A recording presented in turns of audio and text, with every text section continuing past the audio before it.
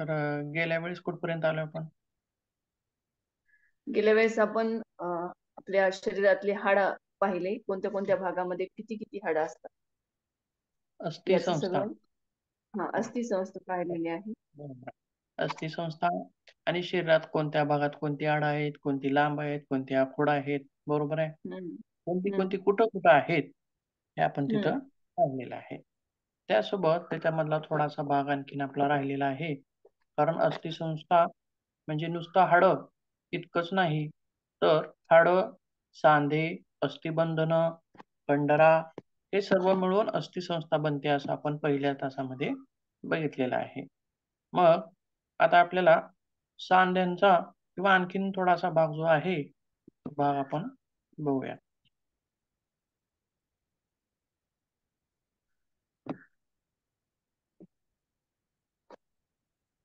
हं. आता बघा, हाडांचा बाहेरील भाग बघितला किंवा हाडांचा आतील भाग कसा असतो किंवा हाडांची अंतररचना कशी असते ते पण आपल्याला बघायचं आहे. तर काय म्हणलेलं आहे त्याच्या बाबतीत, हाडांचा आतील भाग जो असतो, तो स्पंजसारखा छिद्रमय असतो. म्हणजे घट्ट असा नाही. आलं का लक्षात? कधी बघितलेलं असेल तुम्ही बघा वाटाणं वगैरे कधी जाताना आपल्याला आजूबाजूला हाडं वगैरे पडलेली कधी दिसतात असं आपल्या दृष्टीला येतात. बरोबर आहे? तर रचना कशी असते बघा. बाहेरचा भाग जो असतो, तो सपाट असतो, छिद्रमय नसतो, टणक असतो, निब्बर असतो आणि मधून जर बघायला गेलं, तर मधील भाग कसा असतो, तर छिद्रमय. जसं स्पंज छिद्रमय असतं, त्याप्रकारे मधील भाग असतो. तर आणखीन एक दुसरी गोष्ट काय आढळून येते, तर मधला भाग हा पोकळ असतो. बरोबर आहे का? आणि अशी रचना मोठ्या हाडांमध्ये दिसून असते.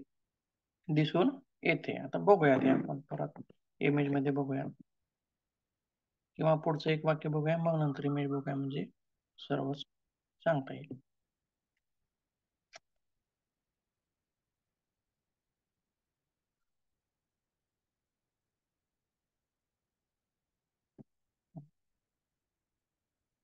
म्हणजेच बाहेरचा जो भाग असतो, तो अतिशय कडक अशा स्वरूपामध्ये असतो.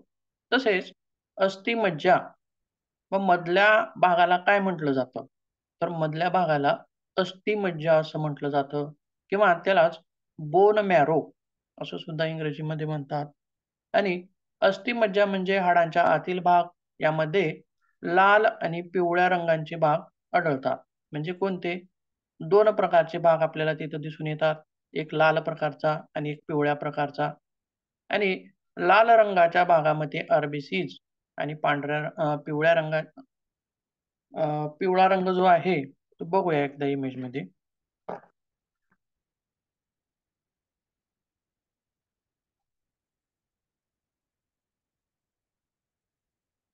अरे, उसका शेअर होते.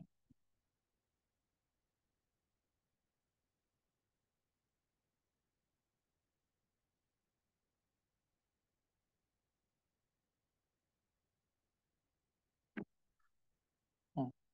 आता बघा 3 प्रकारचे भाग आपल्याला इथं बघता येईल. आता हा एक हाडाचा भाग आहे. बरोबर आहे. हे मांडीतील हाड आहे बघा. लांबट हाड आहे मोठं आणि त्याचा बाहेरचा जो भाग आहे, तो कसा आहे हो? टणक आहे. बाहेरून एक आपण त्याला हे म्हणूयात, बरोबर आहे, बॉर्डर लाईन जशी आपण काढतो तसं. आणि मधला जो भाग दाखवलेला आहे बघा, तो कसा आहे? छिद्रमय आहे. आणि तिसरी गोष्ट म्हणजे काय? तर मधील भाग म्हणजे मध्यभाग, हाडाचा मध्यभाग कसा आहे? पोकळ असतो. म्हणजे बांबूसारखा पोकळ आणि त्याच्यामध्ये पिवळा भाग असतो. त्याला येलो बोन मॅरो असं म्हणतात. आणि हा छिद्रमय जो भाग आहे लाल रंगाचा, त्याला काय म्हणायचं आपल्याला? तर रेड बोन मॅरो असं आपल्याला तिथं म्हणायचं आहे. मग ह्या रेड बोन मॅरोमध्ये काय-काय क्रिया घडतात किंवा रेड बोन मॅरो काय-काय इथं बनवतो ते आपल्याला इथं बघायचं आहे परत. रेड ब्लड सेल्स म्हणजे काय हो? तर तांबड्या रक्तपेशींची निर्मिती कुठं होते? रेड बोन मॅरो मध्ये होते. आणि आता ह्या तसेच तांबड्या रक्तपेशी सोबतच पांढऱ्या रक्तपेशींची निर्मिती सुद्धा बोन मॅरो मध्ये होत असते. म्हणजेच त्याचे वेगवेगळे प्रकार आहेत. पांढऱ्या रक्तपेशींचे प्रकार वेगवेगळे आहेत. लिम्फोसाइट्स, बेसोफिल्स, न्यूट्रोफिल्स, मोनोसाइट, इसिनोफिल्स असे 4-5 प्रकारचे पांढऱ्या रक्तपेशींचे प्रकार आहेत. पांढऱ्या रक्तपेशी म्हणजे काय? आपल्या शरीरातील सैनिकी पेशी आहेत. बरोबर आहे? माहीत असेल तुम्हाला. ज्यावेळी एखादा आजार किंवा एखाद्या आजाराचे जंतू आपल्या शरीरामध्ये प्रवेश करतात, तर त्या जंतूंना मारण्याचं काम किंवा त्यांच्याशी लढा देण्याचं काम कोण करत असतं? तर ह्या पांढऱ्या रक्तपेशी करत असतात. म्हणूनच यालाच शॉर्ट फॉर्ममध्ये काय म्हणतात? WBC, white blood cells. आणि लाल रंगाच्या त्याला म्हणायचं आहे रेड ब्लड सेल्स. ह्या 2 रक्तपेशींची निर्मिती बोन मॅरोमध्ये होते, रेड बोन मॅरोमध्ये. तसेच प्लेटलेट्स म्हणजे थ्रोम्बोसाइट्स किंवा याला प्लाझ्मा असं सुद्धा म्हणतात. याची निर्मिती सुद्धा त्या रेड बोन मॅरोमध्ये केली जाते. अशी ही आपल्या हाडांची आंतररचना आपल्याला इथं बघायला मिळते. तसेच पुढे बघूयात आणखी.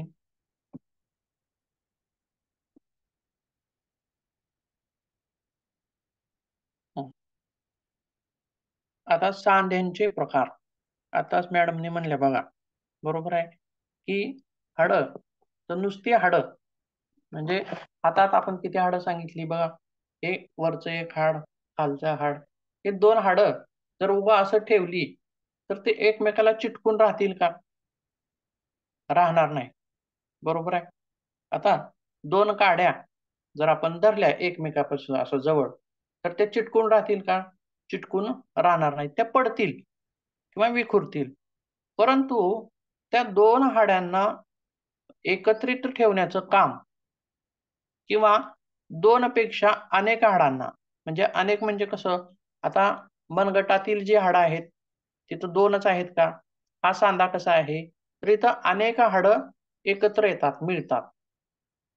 एकापेक्षा 2 किंवा 2 पेक्षा जास्त हाडं एकत्र ज्या ठिकाणी येतात किंवा ज्या ठिकाणी सांधली जातात, तर त्यांना काय म्हणायचं आपल्याला?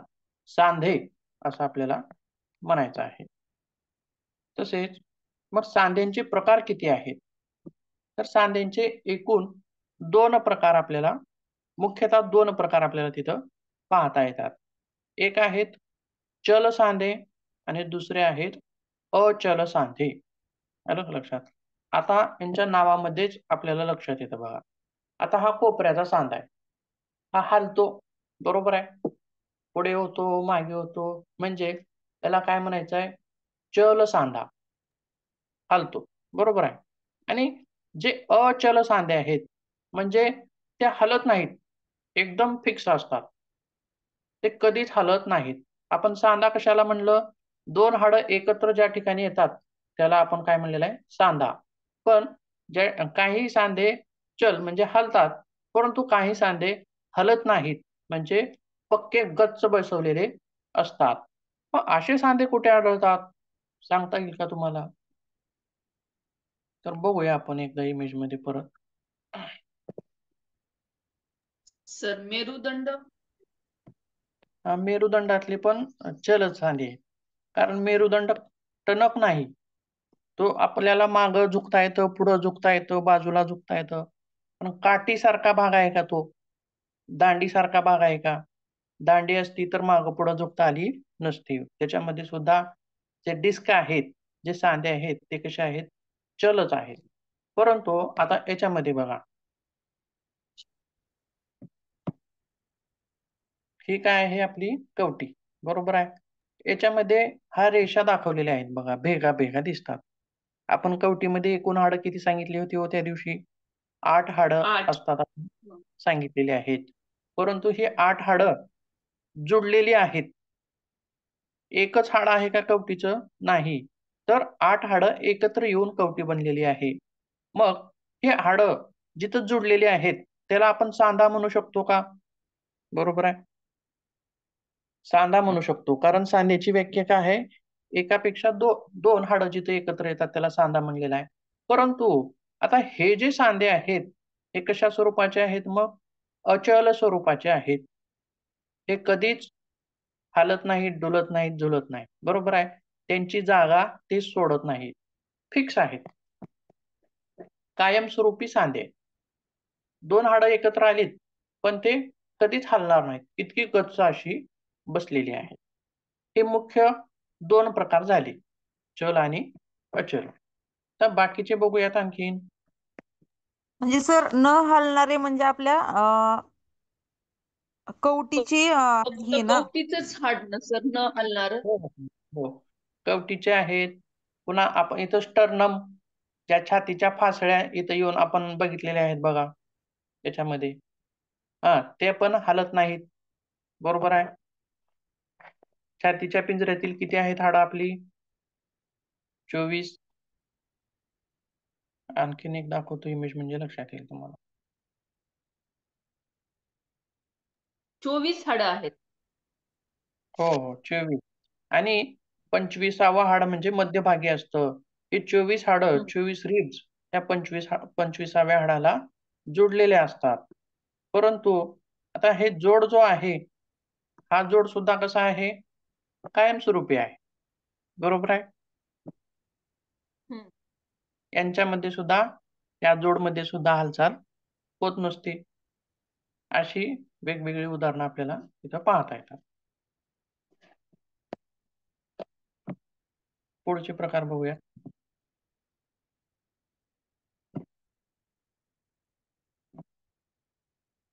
हं.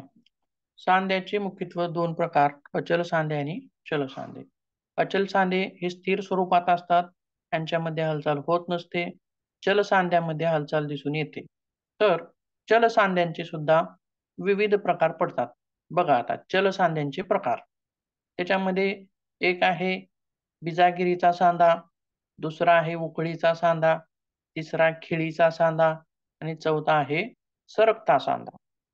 तर बिजागरीचा सांधा म्हणजे काय? तर एकाच दिशेने हालचाल. कोणत्या दिशेने हालचाल? एकाच दिशेने हालचाल. म्हणजे कसं हो? उदाहरण काय सांगता येईल आपल्याला तिथं?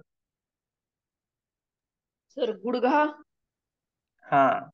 गुडघ्याची जी हालचाल आहे किंवा आपल्या कोपऱ्याची जी हालचाल आहे, ती कशी आहे हो? बिजागरी सारखी दरवाजाच्या. हां, दरवाजासारखी आहे. फक्त हा हात आपण इकडं दुमडू शकतो. पण हा असा खाली दुमडतो का? नाही. बरोबर आहे? नाही. दुमडता येत नाही. म्हणून हा सांधा कसा आहे? याला म्हणायचा आहे एकाच दिशेने जी हालचाल होते, त्याला म्हणायचा आहे बिजागरीचा सांधा. असे सांधे कुठं-कुठं दिसून येतात? कोपऱ्यामध्ये आणि आपल्या गुडघ्यामध्ये. बरोबर आहे. आता दुसरा जो प्रकार आहे, तो कोणता आहे? उखळीचा सांधा. म्हणजे काय?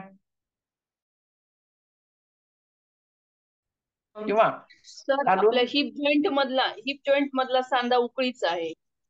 हो, हो. हां. आणि बघा उखळीचा आकार म्हणजे रचना कशी आहे उखळीची? खालून एक भांडं म्हणजे गोलसर भांडं किंवा ते कशाचं असतं?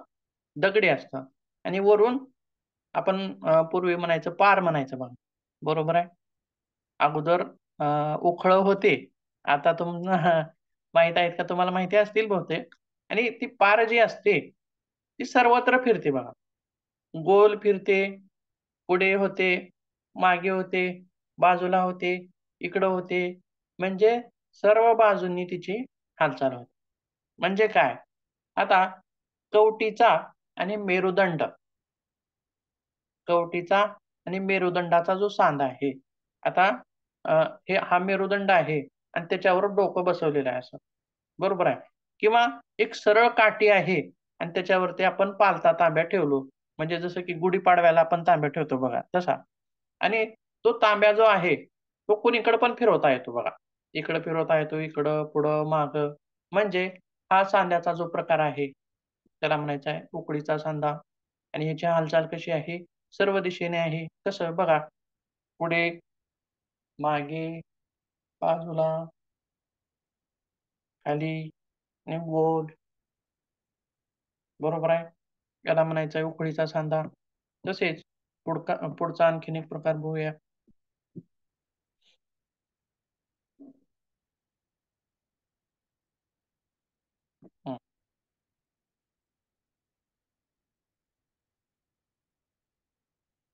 एक मिनिट हा. उकळीचा सांधा जो आहे तो खांदा आणि मांडी या ठिकाणी आहे, आणि जो खिळीचा सांधा आहे वळणे आणि फिरणे, कवटीचा जो सांधा आहे तो खिळीचा आहे, आणि उकळीचा सांधा म्हणजे याच्यामध्ये खांदा आणि मांडी, बरोबर आहे. आणि सरकता सांधा, आता याला कसं म्हणायचं आहे, कशा स्वरूपात असेल हा, तर एकमेकावर सरकणं असं, इकडं पुढं.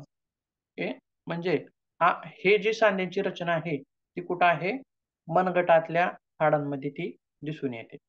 कुणीकडे पण सरकतात, मागे पुढे सरकतात, बाजूला सरकतात, बरोबर आहे, गोल सरकतात. तर ते एकमेकावरती घासून असं सरकत असतात. असं यांची रचना अशी नाही, बरोबर आहे. तर असे एकूण 4 प्रकार आपल्याला सांध्यांचे तिथं बघायला मिळतात. मग हाडांचं नेमकं कार्य काय आहे? शरीराला आकार देणे, शरीराला आधार देणे, शरीरातील नाजूक अवयवांचं संरक्षण करणे, आणि आता आपण पाहिल्याप्रमाणे आंतररचना जी आपण हाडांची बघितली त्याच्यामध्ये काय सांगितलं होतं, तांबड्या पेशींची रचना करणे, पांढऱ्या पेशींची म्हणजे निर्मिती करणे, तांबड्या पेशींची निर्मिती, पांढऱ्या पेशींची निर्मिती, असे वेगवेगळे कार्य आपण हाडांची तिथं बघण्यात येतात. तसेच मग अस्थिसंस्थेशी निगडीत काही विकार आहेत किंवा काही रोग आहेत. रोग म्हणजे रोग आणि विकार या दोन्हीमध्ये फरक आहे, बरोबर आहे. तर मग कोणकोणते विकार आहेत? तर त्याच्यामध्ये आहे संधिवात, अर्थरायटिस, सांधेदुखी, जॉइंट पेन, मेरुदंडाच्या विकृती, अस्थिसुषिरता म्हणजे ऑस्टिओप्रोसिस, मूळतूस, रिकेट्स, अस्थिसंसर्ग, ऑस्टिओमायलिटिस किंवा हाड मोडणे, जसं की आपण पडल्यास हाड मोडतं, ही विकृती पडल्यानंतर होणारी किंवा पडल्यानंतर दिसून येणारी आहे. आणि त्याचं निदान कसं केलं जातं, तर एक्स-रेद्वारे त्याचं आपल्याला निदान करता येतं. मग अर्थरायटिस जो प्रकार आहे, तर त्या प्रकारामध्ये काय होतं नेमकं? हाडांमध्ये काय रचनेमध्ये काय बिघाड होतो? ते आपण थोडक्यात बघूया.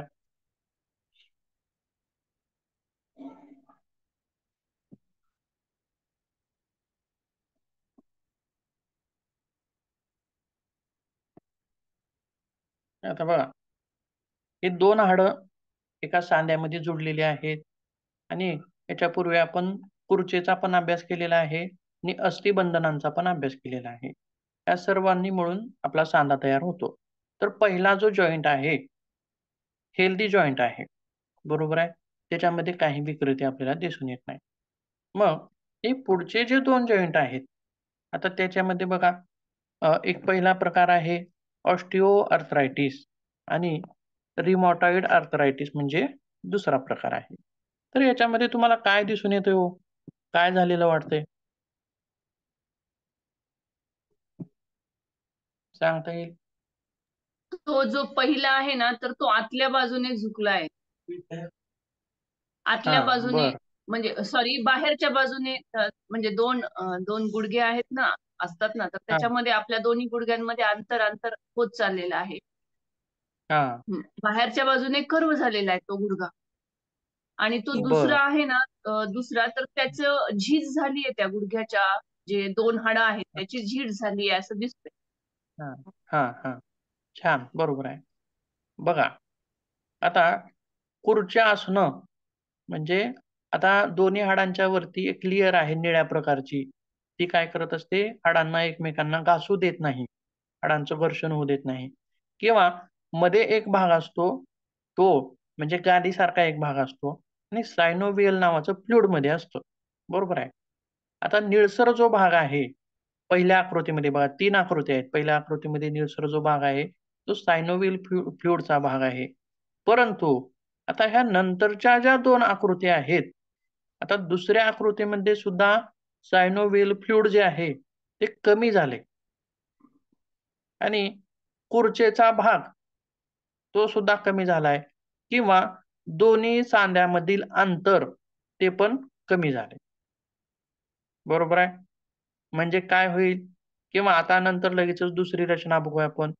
तर याच्यामध्ये जो भाग आहे सायनोव्हियल फ्लुइड तर पूर्ण संपलेला आहे याच्यातलं.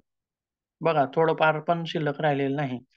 आणि दुसरी गोष्ट म्हणजे काय, तर हाडावरचा जो लेयर आहे, तो लेयर सुद्धा पूर्णतः नष्ट झालेला आहे. आणि 2 हाडं एकमेकावरती चिटकलेली आहेत. जर हाडं एकमेकावरती चिटकलेली असतील आणि गॅप जो आहे दोन्हीमधला, तो गॅप सुद्धा पूर्णतः नष्ट झालेला आहे. ही दुसरी गोष्ट म्हणजे काय, बाजूने जे लालसर दाखवलेलं आहे, ती म्हणजे काय आहे, सांध्यावर आलेली सूज आहे. सांध्यावर आलेली सूज आहे. म्हणजे बघा, आता ऑस्टिओआर्थरायटिसमध्ये थोडीफार सांध्यांची हालचाल होईल, परंतु सांधे दुखणार आहेत. आणि रिमोटाइड आर्थरायटिसमध्ये सुद्धा सांधे दुखणार तर आहेच, पण वेदना जास्त असणार आहेत आणि सांध्यांची हालचाल होणार नाही. बरोबर आहे? किंवा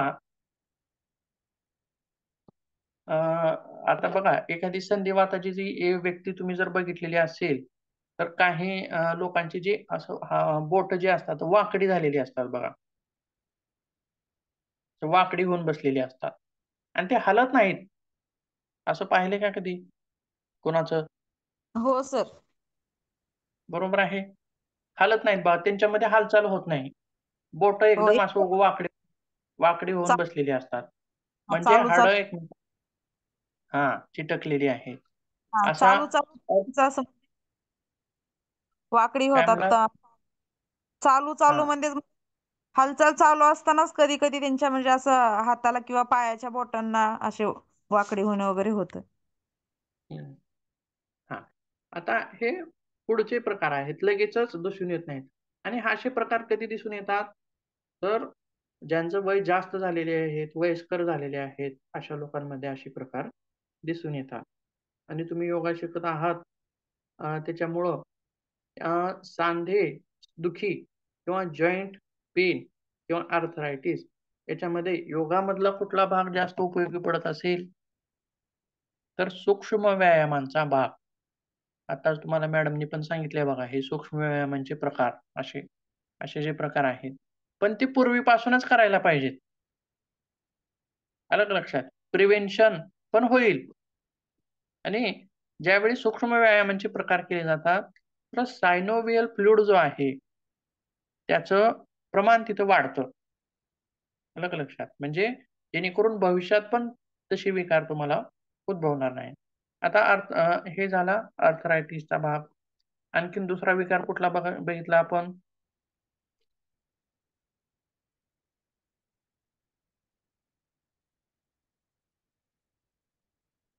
दुसरा विकार कोणता होता? हं. मेरुदंडाच्या विकृती म्हणजे मेरुदंडाला बाक येणं, कोणत्यातरी एका बाजूला मेरुदंड झुकणं, अशा प्रकारच्या विकृती त्याच्यामध्ये दिसून येतात. आणि मूळदूस म्हणजे काय? रिकेट्स नावाचा जो प्रकार आहे, त्याच्यामध्ये अस्थी ह्या अतिशय मृदू झालेल्या असतात. अस्थी काय होतात? अस्थिमध्ये टणकपणा राहत नाही. अस्थिमध्ये टणकपणा राहत नाही. त्यामुळे काय? तर त्या हाडांना बाक येतो. बघा रिकेट्स हे प्रकार आहे. पहिला जो प्रकार आहे, तो नॉर्मल आहे. आणि दुसरा जो प्रकार आहे, त्याच्यामध्ये हाडं जी आहेत, आता हे गुडघे जे आहेत, ते बाहेर निघालेत बघा. बरोबर आहे. अंतर व्यवस्थित आहे का त्या दोन्ही पायामधलं? नाही. तर बाहेर फाकलेली आहेत असे.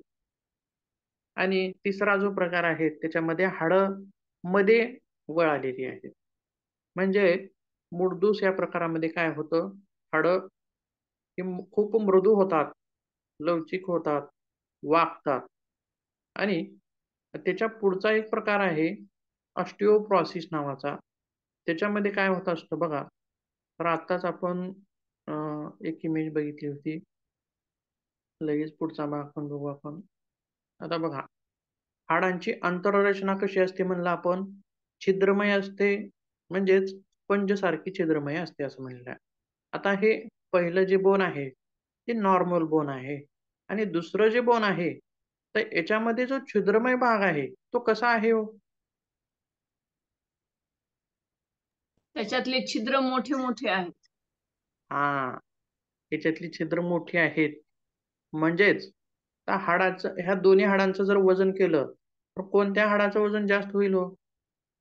नॉर्मल पहिल्या हाडाचं हाडांचं. होईल. बरोबर आहे. म्हणजे हाडांची घनता कमी होते. घनता तर कमी होतेच, त्याचसोबत हाडं ठिसूळ होतात. तर एवढा जर मध्ये गॅप असेल तर बघा, जे ऑस्टिओपॉरोसिस अशा विकारामधील लोक असतात ते थोडीशी जरी पडली, घसरून पडले, थोडेसे जरी पडले तरी लगेचच त्यांचं हाड मोडतं. असं काय होत असेल? कारण त्यांच्या हाडांची जी आहे घनता आहे ती काय झालेली आहे? कमी झालेली आहे. बरोबर आहे. ऑस्टिओपॉरोसिस, पुन्हा आणखीन आणखीन कुठला विकार बघितला? ऑस्टिओमायलिटिस, म्हणजे हा अस्थी संसर्गाचा भाग आहे. जसं शरीरातील फुफ्फुसाला जर अस्थी संसर्ग झाला तर दम्यासारखा विकार आपल्याला तिथे दिसून येतो. बरोबर आहे. तसंच जसं हा अंतर्गत अवयवांना संसर्ग होतो तसं हाडांना सुद्धा जंतूंचा संसर्ग होतो. किंवा जसं मग कसं म्हणता येईल त्यांना, की विषाणू संसर्ग किंवा फंगल इन्फेक्शन किंवा व्हायरल इन्फेक्शन, असे इन्फेक्शन हाडांमध्ये सुद्धा दिसून येतात.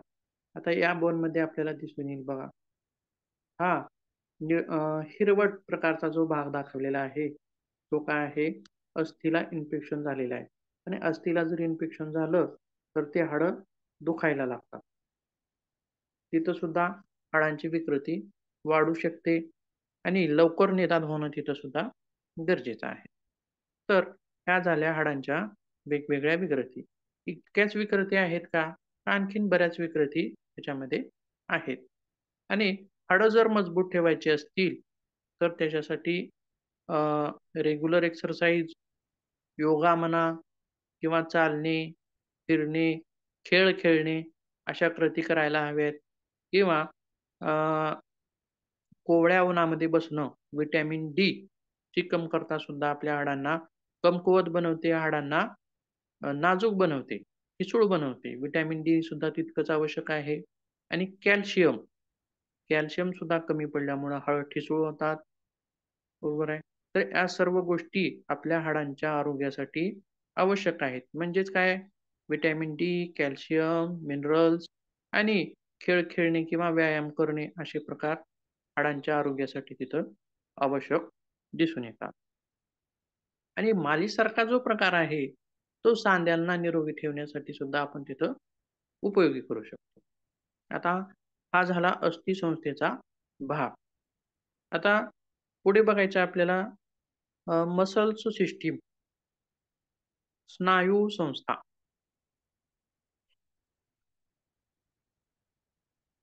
तर स्नायू संस्थेबद्दल बघायचं झालं तर सुरुवातीला इथं सुद्धा आपण एक इमेज बघूयात पहिल्यांदा, म्हणजे लक्षात येईल. हा, बघा आता स्केलेटल सिस्टीम ही नुसत्या हाडांची रचना आहे. इथं शरीर पूर्ण होतं का? पूर्ण होत नाही, नुसती हाडं आहेत. बरोबर आहे. आता हा इकडचा जो इकडची जी इमेज आहे ही कशाची आहे? स्नायू संस्थेची इमेज आहे. आता ही स्नायू संस्था काय करते हो? बघा बरं. आता जर समजा शरीरामध्ये स्नायूच नसते, नुसत्या हाडं असती आणि त्याच्यावर जर त्वचेचं लिंपण असलं असतं तर शरीराची आकृती छान दिसली असती का हो?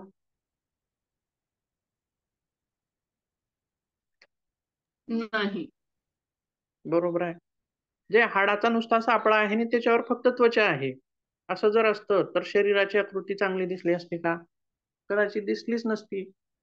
किंवा म्हणजेच शरीराला एक चांगला आकार प्राप्त झाला असता का? नाही. बरोबर आहे. परंतु किंवा आणखीन एक दुसरी गोष्ट म्हणजे काय? तर नुसती हाडं आहेत शरीरामध्ये, नुसती हाडं आहेत परंतु त्यांची हालचाल कोण करणार मग? आता दोन हाडं एकत्र, आता हाडांना बांधून ठेवण्याचं काम केलंय सांध्यांनी, बरोबर आहे. परंतु आता ही लटकलेली दोन हाडं आहेत, अशी स्वरूपातली आहेत, बरोबर आहे. खाली एक आहे आणि वर एक आहे, बरोबर आहे. समजा ही दोन हाडं आहेत आपण असं समजू. मग आता यांची हालचाल होत आहे का? बघा, हालचाल होत नाही, बरोबर आहे. मग हालचाल जर करायची असेल तर काय करावं लागेल? आता बघा, इथे एक दोरा बांधलेला आहे आणि या दोरा आता इथं कनेक्ट आहे. त्या हाडाहाडामधील जी हालचाल आहे ती कशामुळे होते हो? आता सांगा बरं, सांगा आज कशामुळे होते? आपल्या स्नायूंमुळे हालचाल होते ना हाडाहाडांची. हा, आता समजा ही दोन हाडं आहेत, तर दोन काट्या समजा, दोन काट्या नुसत्या जुळवल्या असत्या तर जुळाल्या असत्या का? नाही, पडल्या असत्या, हम्म. विखरून पडल्या असत्या. परंतु इथे एक जॉईंट आहे, म्हणून हे काय आहेत? एकमेकांना धरून आहेत, बरोबर आहे. एकमेकापासून विलग होत नाही. परंतु डिवाइन यांच्यामध्ये हालचाल होत नाही. परंतु हालचाल होण्यासाठी कशाची आवश्यकता आहे?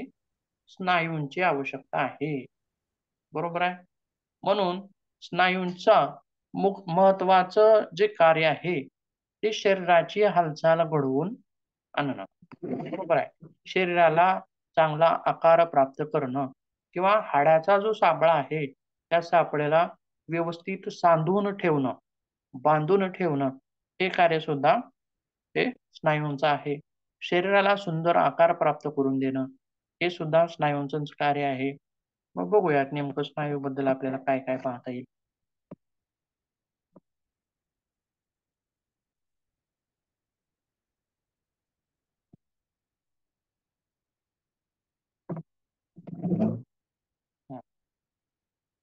स्नायू संस्था किंवा यालाच मसल सिस्टम असं सुद्धा आपण म्हणू शकतो.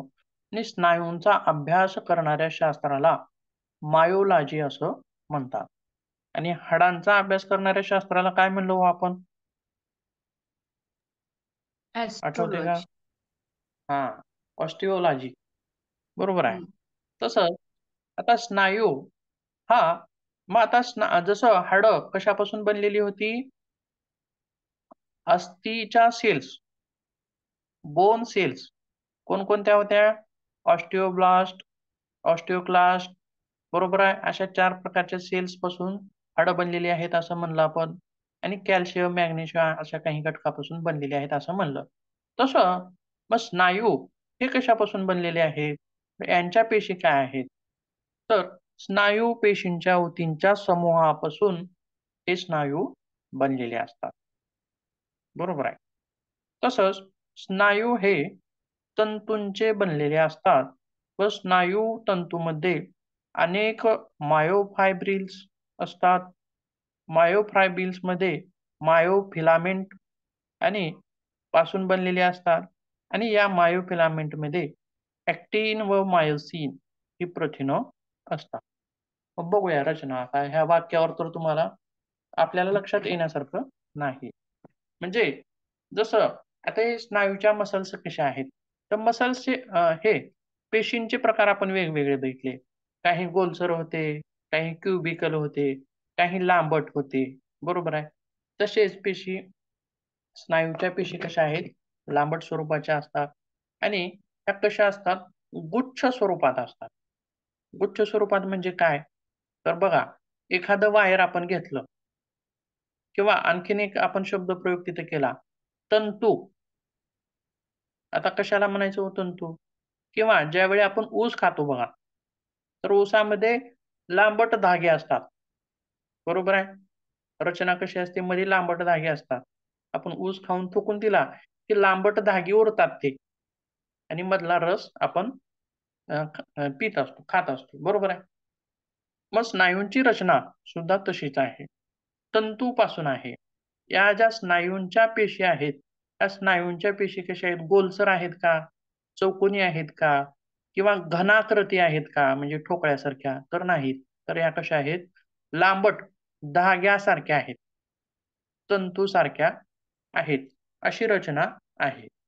मग फक्त एकच तंतूचा गुच्छ आहे का? तर आता एक इमेज बघूया, म्हणजे तुम्हाला तिथं लक्षात येईल.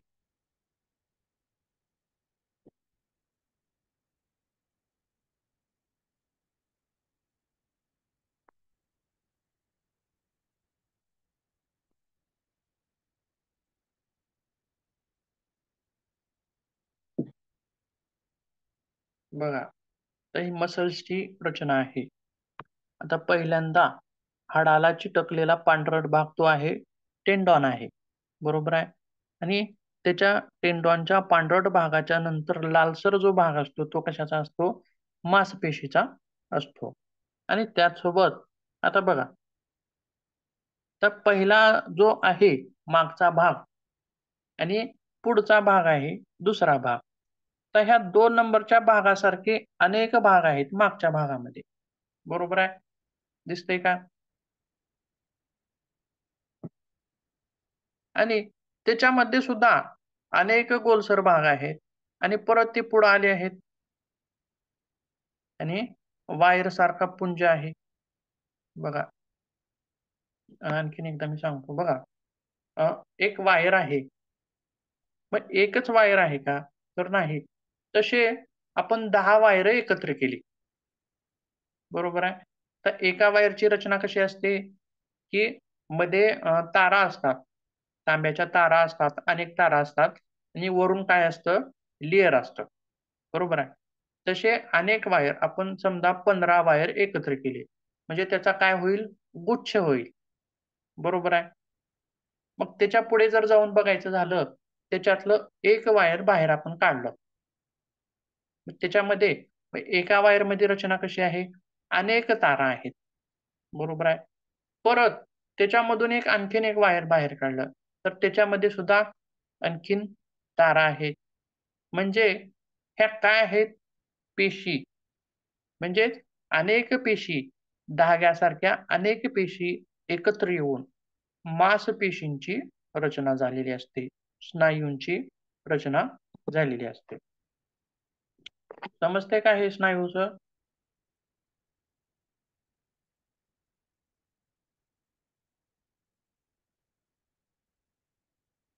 स्नायूंची रचना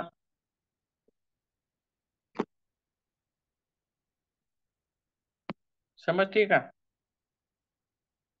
हो सर. हा, ठीक आहे. थोडंसं किचकट आहे. तर मराठीमध्ये एकदा आपण बघूया त्याला. त्याला नावं काय काय आहेत? रेखित स्नायूंची रचना. हाडाला स्नायू जोडलेला आहे. त्याचा पांढरट भागाचं नाव कंडरा. आणि परिस्नायू म्हणजे अनेक वायरांचा गुच्छ, 15 वायरांचा गुच्छ असं त्याला समजून मग लक्षात येईल तुम्हाला. आणि त्याच्यातून एक वायर बाहेर काढला आणि त्याच्यामध्ये सुद्धा अनेक तारा आहेत, बरोबर आहे. त्याला पुलिका किंवा अंतरस्नायू असं म्हणूया. आणि त्याच्यामधून सुद्धा परत एक वायर आपण बाहेर काढला आणि त्याची रचना म्हणजे अनेक तारातून एक तार, अशा स्वरूपामध्ये आपण जसं जसं पुढं पुढं काढत जाऊ तसं तसं अनेक तारांचा गुच्छ म्हणजेच ही स्नायूंची अशी रचना इथं आपल्याला दिसून येते. तसेच पुढे बघूया आणखीन.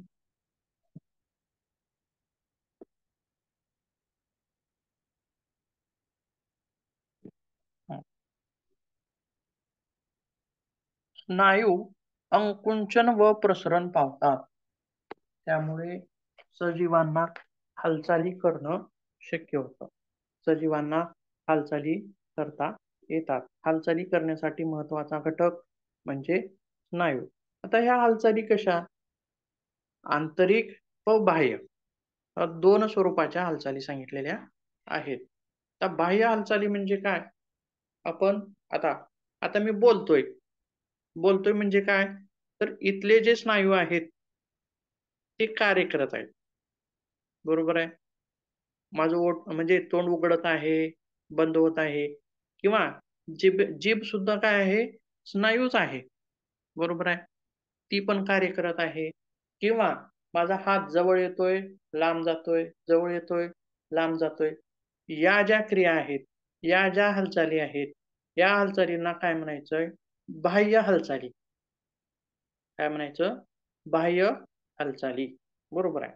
मग आंतरिक हालचाली कोणत्या? आता हृदय धडकत आहे आपलं, बरोबर आहे. ती काय झाली? आंतरिक हालचाल. किंवा आपण घास चावलो, घासाचं चर्वण केलं तोंडामध्ये. मग चर्वण करताना बाह्य स्नायूंचा आपण वापर केला. तोंड उघडलं, झापलं, उघडलं, झापलं दातांनी. हे स्नायू सगळे उपयोगात आले. पण घास आपण गिळाल्याच्या नंतर इथून जी आपली अन्ननलिका आहे, बरोबर आहे. मग एका ठिकाणाहून अन्नाचा घास जो आहे, तो एका ठिकाणाहून खालीपर्यंत नेणं. हे सुद्धा कसं पाईपसारखा भाग आहे मध्ये. म्हणजे त्या घासाला पुढे-पुढे ढकलणं, पुढे-पुढे ढकलणं. म्हणजे ही सुद्धा स्नायूंचीच हालचाल झाली. मग ही हालचाल कशी आहे? आंतरिक हालचाल आहे. बरोबर आहे. किंवा मल. आताच तुम्हाला मॅडमनी म्हणल्या बघा, की मल बाहेर येत नव्हता. पोटाला दाबल्यानंतर मल बाहेर आला. म्हणजे बाह्य प्रेशर दिल्यामुळं मल बाहेर आला. पण आपण आपल्या पोटाला रोजच बाह्य प्रेशर देत असतो का? नाही. बरोबर आहे. खाल्लेल्या अन्नाच्या घासाचं पचन होऊन जो टाकाऊ भाग आहे, तो म्हणजे मल. आणि तो मल बाहेर काढणे, ढकलत, ढकलत, ढकलत पुढे नेणे आणि शरीराच्या बाहेर काढून देणे, टाकणे. ही सुद्धा काय आहे? क्रिया आहे, हालचाल आहे, आतड्यांची हालचाल आहे. बरोबर आहे. आणि ह्या ज्या हालचाली आहेत, अशा हालचालींना आपल्याला तिथं काय म्हणायचं आहे? आंतरिक हालचाली. हालचालींचे 2 प्रकार लक्षात आले. स्नायू कशासाठी गरजेचे आहेत? शरीराच्या हालचाली घडून येण्यासाठी स्नायू गरजेचे आहेत. आणि हालचाली 2 प्रकारच्या, एक बाह्य हालचाली आणि दुसऱ्या आंतरिक हालचाली. त्याच्यासोबत पुढे बघूयात आणखी.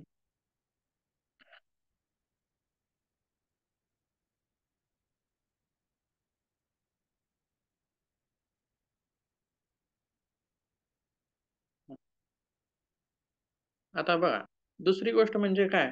स्नायूमध्ये बल सामावलेले असते व या बलाला स्नायू बल म्हणून ओळखतात. आपण एखादं वजन उचलतोय, बरोबर आहे. मग ही उचलण्याची क्रिया किंवा एखाद्या गाडीला आपण पुढे ढकलतोय, ही ढकलण्याची क्रिया किंवा ही जी शक्ती आहे, हे जे बल आहे, ते कशामध्ये आहे? हाडामध्ये आहे का हो? बरोबर आहे. नुसते हाडच असते तर गाडीला ढकलली असते का? नाही. त्यांच्यामध्ये बल नाही. बरोबर आहे. तर स्नायूमध्ये आपण एखादी वस्तू उचलणे, एखादी वस्तू ढकलणे किंवा ह्या ज्या क्रिया करत असतो, लिहिणे, बरोबर आहे. इकडं-तिकडं हालचाली करणे, याच्यासाठी एक बल लागतं, एक ताकद लागते. आणि ती जी ताकद आहे, ते जे बल आहे, हे बल ह्या स्नायूमध्ये सामावलेलं असतं आणि या बलालाच स्नायूबल असं सुद्धा म्हणून ओळखलं जातं. तसेच आता मानवी शरीरामध्ये हाडं किती होती? एकूण संख्या आपण सांगितलेली होती 206 हाडं होती. तसेच मानवी शरीरात जवळपास 629 स्नायू दिसून येतात. म्हणजे संख्या इथं दिलेली आहे.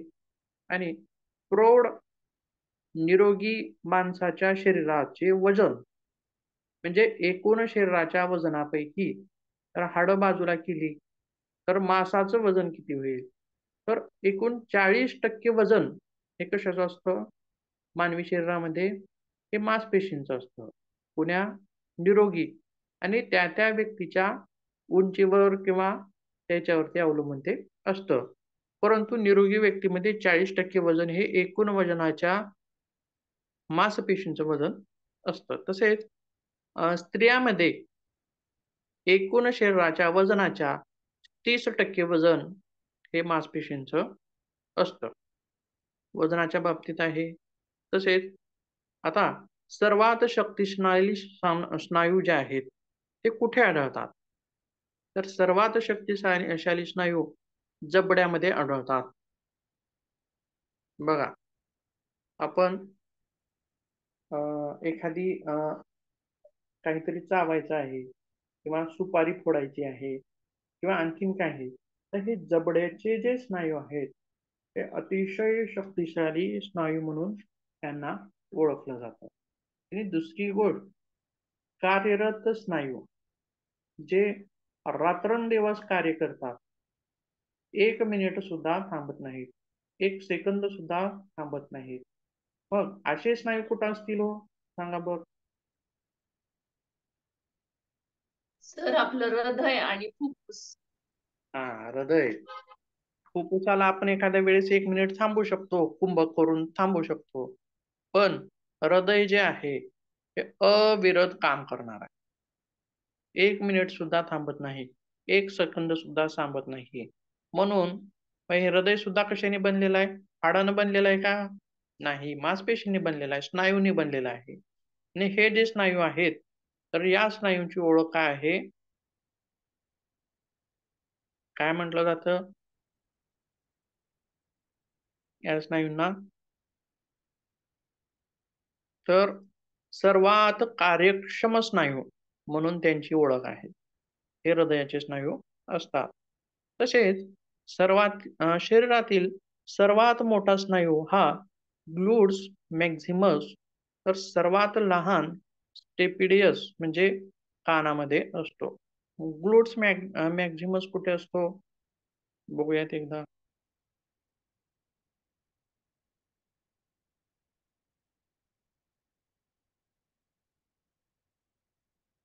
ग्लूट्स मॅक्झिमस नावाचा स्नायू.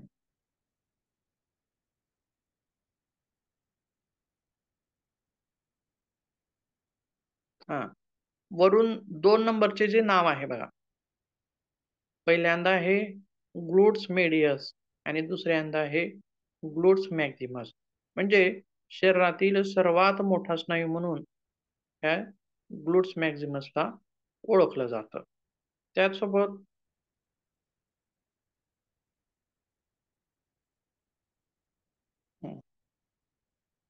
बघा, आता आणखीन एक महत्त्वाची गोष्ट म्हणजे काय? तर स्नायू हे स्वतः आकुंचन किंवा प्रसरण पावत नाहीत. तर चेतातंतूंच्या प्रेरणेने ते कार्य करत असतात. बरोबर आहे. आता आपण चेतापेशी असं सुद्धा एकदा ऐकले पेशींमध्ये. तर त्यांचं सुद्धा एक कनेक्शन असतं. आता प्रत्येक भागामध्ये रक्तवाहिन्यांचं कनेक्शन असतं. ते रक्त वाहून आणणाऱ्या, रक्त वाहून नेणाऱ्या आणि प्रत्येक भागामध्ये पिवळ्या कलरच्या एक नर्व्ह असतात. आता इथं मी दाबलं, की तो जो अनुभव येतो मला, तो कशामुळे येतोय? नर्व्हमुळे येतो. बरोबर आहे. तर स्नायूमध्ये स्वतः आकुंचन होणं किंवा प्रसरण होण्याची ताकद नाही. तर चेतापेशीमुळं चेतापेशीमुळं ते आकुंचन करतात किंवा प्रसरण करतात किंवा हालचाली करत असतात. तर त्याच्यानंतर पुढे एक प्रकार आहे स्नायूंचे प्रकार. तर स्नायूंचे प्रकार किती पडतात? एक आहे ऐच्छिक स्नायू, दुसरा आहे अनैच्छिक स्नायू, तिसरा आहे हृदय स्नायू. अशा प्रकारचे प्रकार त्या ठिकाणी पडतात. तर ऐच्छिक स्नायू म्हणजे काय? तुम्हाला काही माहिती आहे का त्याच्याबद्दल? ऐकलंय का कधी? सर ऐच्छिक स्नायू म्हणजे इच्छेने काम करणारे स्नायू. बरोबर आहे. छान. आणि आणि अनैच्छिक स्नायू म्हणजे आपल्याला एखादी गोष्ट आपलं लक्षही नाहीये, परंतु सबकॉन्शियस आपल्या अचेतन मनाने सांगितले की काहीतरी येतंय, तर मग ते जे हां, अंकुचन होतं ते स्नायूंचं, त्याला अनैच्छिक स्नायू असं म्हणतात. बरोबर आहे. ऐच्छिक स्नायू म्हणजे काय? आता मला बोलायचं आहे. मी बोलतोय. माझ्या इच्छेने बोलतोय. म्हणजे इथल्या ज्या स्नायूंची क्रिया होत आहेत, माझ्या इच्छेमुळे होत आहेत. आता मला मान फिरवायची आहे.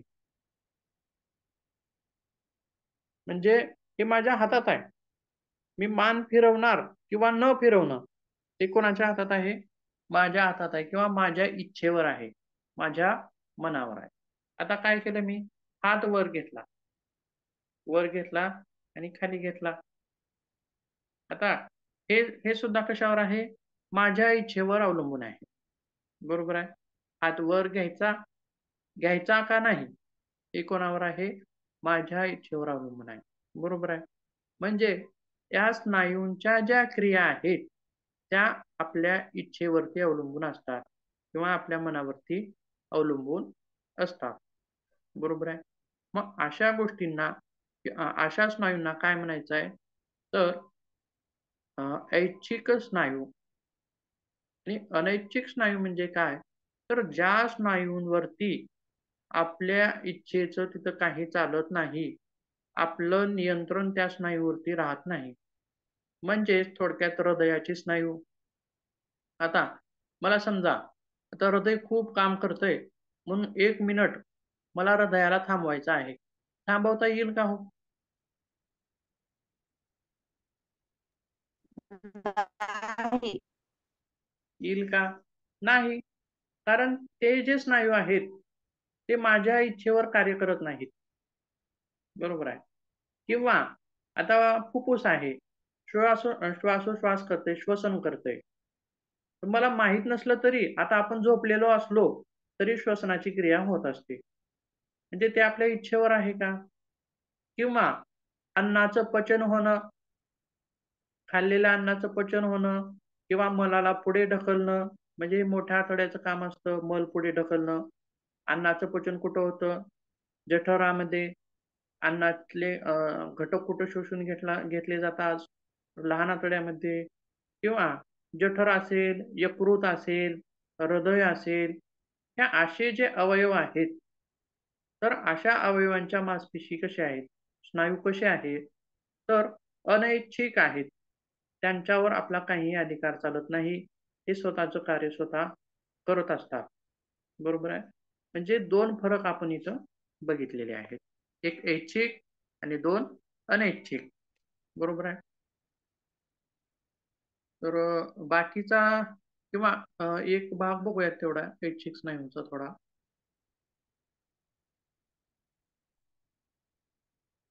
ऐच्छिक स्नायूबद्दल काही माहिती बघूया. हां, या स्नायूंचे कार्य आपल्या मनावर आता ऐच्छिक स्नायूंना रेखीय स्नायू असं सुद्धा म्हटलं जातं किंवा अस्थी स्नायू असं सुद्धा म्हटलं जातं. 3 नावं आपल्याला इथं पाहता येतात. बरोबर आहे. आणि दुसरी गोष्ट म्हणजे काय, या स्नायूवर आपले नियंत्रण नसते, त्यामुळे यांना ऐच्छिक म्हणतात. म्हणजेच इंग्रजीमध्ये व्हॉलंटरी मसल्स म्हणून ओळखलं जातं. आणि दुसरा जो पॉइंट आहे तो काय आहे, हे स्नायू हाडांना संलग्नित असतात. त्यांची दोन्ही टोकं हाडांना जोडलेली असतात. म्हणून या स्नायूंना अस्थी स्नायू असं म्हटलं जातं किंवा स्केलेटल मसल्स म्हणून ओळखलं जातं. का हो? तर हाडाला चिटकून आहेत ते. बरोबर आहे. हृदयाला चिटकलेले आहेत का? किंवा फुफ्फुसाला चिटकलेले आहेत का? नाही. हाडांना संलग्नित आहेत. हाडांना चिटकून आहेत. बरोबर आहे. आणि त्यांची दोन्ही टोकं हाडांना जुडलेली आहेत म्हणून स्केलेटल मसल्स म्हणतात. आणि तिसरी गोष्ट म्हणजे काय, तर या स्नायूंना ज्यावेळी आपण सूक्ष्मदर्शकाखाली खाली घेऊन बघतो, त्यावेळी त्यांची रचना जी आहे, ती पट्ट्यांसारखी लांबट रचना दिसून येते. बरोबर आहे. त्यामुळं या स्नायूंना पट्टकी स्नायू किंवा स्ट्रेटेड मसल्स किंवा रेखीय स्नायू असं सुद्धा म्हटलं जातं. आणि चौथी गोष्ट म्हणजे काय, तर हे स्नायू कुठं आढळतात? त्यांचं ठिकाण काय आहे? तर हे स्नायू हातामध्ये, पायामध्ये, पाठीमध्ये, बरोबर आहे, कमरेमध्ये अशा वेगवेगळ्या ठिकाणी आपल्याला ते स्नायू दिसून येतात. हे झालं ऐच्छिक स्नायू संदर्भात. आता अनैच्छिक स्नायूचा जो प्रकार आहे किंवा हृदय स्नायूचा जो प्रकार आहे, तो आपण उद्याच्या तासामध्ये बघूया. याच्यामध्ये काही शंका किंवा काही समजलं नसेल तर विचारू शकता.